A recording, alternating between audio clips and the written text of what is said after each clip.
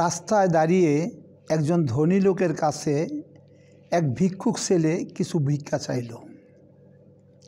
ধনী ব্যক্তি তার পকেটে হাত দিয়ে বললেন, দেখলেন তিনি আজ ভুল করে তার মানিব্যাগটি আনতে ভুলে গেছেন। ভদ্রলোক অত্যন্ত বিনীতভাবে ভিক্ষুক ছেলের কাঁধে হাত রেখে স্নেহ ভরে তাকে বললেন, বাবা, আমি ভেরি সরি, আমি খুব দুঃখিত, আজ আমি ভুল করে আমার মানিব্যাগটা আনতে পারি নাই, তাই আজকে আমি তোমাকে কিছু দিতে পারলাম না। আমি খুব দুঃখ প্রকাশ করতেছি। ইনশাল্লাহ ভবিষ্যতে আর কোনো সময় তোমার সাথে দেখা হইলে আমি তোমাকে দেব ইনশাল্লাহ। ভিক্ষুক ছেলেটি বলল, স্যার, আপনি এমনিভাবে প্রতিদিন আপনার মানিব্যাগ ভুল করে ফেলে আসবেন? কারণ স্যার, টাকা তো সবাই কম বেশি দেয়, কিন্তু এমন স্নেহ ভরে, এত আদর করে, এত ধনী লোক হওয়া সত্ত্বেও কেউ কোনো দিন আমাদের কাঁধে হাত রেখে আমাদের সঙ্গে এইভাবে কথা বলে না। স্যার, আপনি মহান, আপনি অনেক দয়াশীল। আপনি টাকা দেন নাই, কিন্তু যে স্নেহ, ভালোবাসা, অনুপ্রেরণা দিলেন, এটা টাকার থেকে কোনো কম নয়। ভারতের সর্বশ্রেষ্ঠ ধনীর মধ্যে এখন আম্বানি গ্রুপের মুকেশ আম্বানি, তার বাবা ছিল ধীরুভাই আম্বানি। ধীরুভাই আম্বানি প্রথম জীবনে দুবাইতে একটা পেট্রোল পাম্পে 300 টাকার বিনিময়ে চাকরি করতেন। সেই ধীরুভাই এবং তার ছেলেরা এখন ভারতের শ্রেষ্ঠতম ধনী। সেই মুকেশ আম্বানির একটা রিফাইনারি আছে, যে রিফাইনারিতে প্রতিদিন 75 লক্ষ ব্যারেল তেল তৈরি হয়। এটা ওয়ার্ল্ডের largest refinery in the world. তো মুকেশ আম্বানি একবার জয়পুরে ভারতের একটা মিটিংয়ে গেছেন।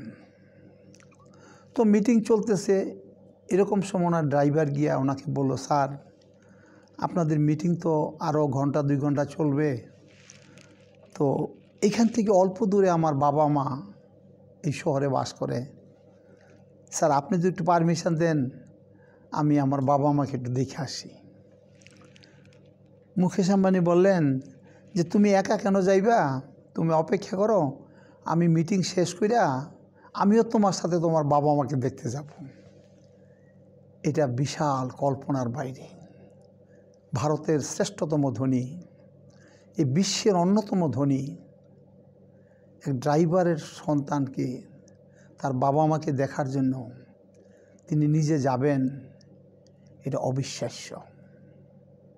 এটা শুধুমাত্র যারা মহান, যারা চিত্তবৃত্ত, সুনাম, যশ, সুখ্যাতি, প্রাচুর্য, বৈভব থাকার পরও এরকম হৃদয়ের অধিকারী, তারা সত্যি আমাদের প্রশংসার দাবিদার। তারা হয়তো পৃথিবীতে চিরদিন থাকবে না, কিন্তু তাদের স্মৃতি কিন্তু থেকে যাবে। মুকেশ আম্বানি মিটিং শেষ করলেন। মিটিং শেষ করার পরে সেই ড্রাইভারকে বললেন, চলো তোমার বাড়িতে যাব, তোমার আব্বা আম্মাকে দেখতে যাব। মুকেশ আম্বানি ড্রাইভারকে নিয়ে তাদের বাড়িতে পৌঁছলেন। সাধারণ মানুষ, ছোট্ট কুঁড়ে ঘরে থাকে, প্রসাধনী, বৈভব, প্রাচুর্য, মডার্ন এমিনিটিস অফ লাইফ বলতে কিছুই নাই। অতি ছোট্ট ঘর, চেয়ার নাই, টেবিল নাই, ছোট্ট খাটি আছে। মুকেশ আম্বানি সেই বাড়িতে গিয়ে কোনো তুচ্ছ তাচ্ছিল্য না করে সেই ড্রাইভারের বাবা মাকে জড়ায় ধরে আদর করে স্নেহ ভরে তাদেরকে আপ্লুত করলেন। তারা কাঁদতেছে, এমন মহান মানুষ আমাদের বাড়িতে আসছে, আমরা কিভাবে অভ্যর্থনা করব, মেহমানদারি করব।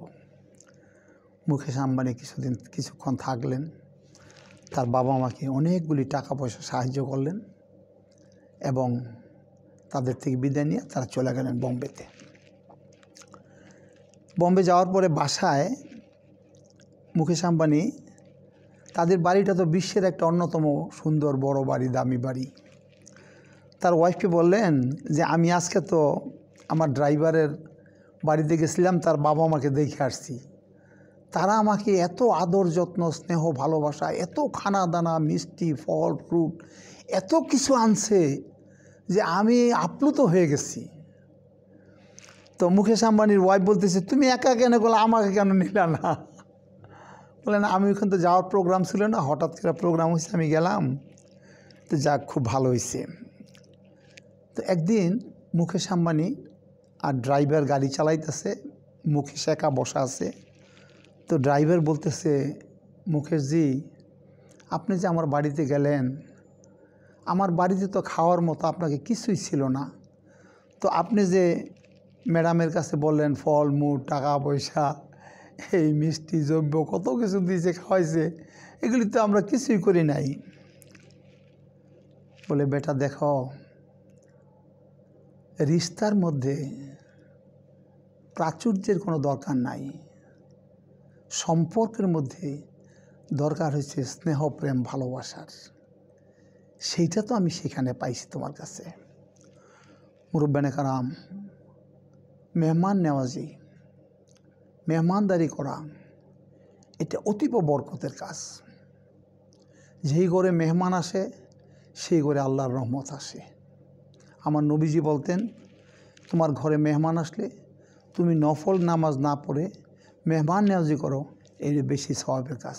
মুরব্বানে কারাম, আমরা যদি সত্যিকারভাবে আল্লাহর দরবার থেকে নেয়ামত পেতে চাই, মান, সম্মান, ইজ্জত, সুনাম, যশ, সুখ্যাতি, টাকা পয়সা, প্রাচুর্য, বৈভব, আমরা যেন সুন্দরভাবে মেহমান নেওয়াজি করি, মেহমানের খেদমত করি।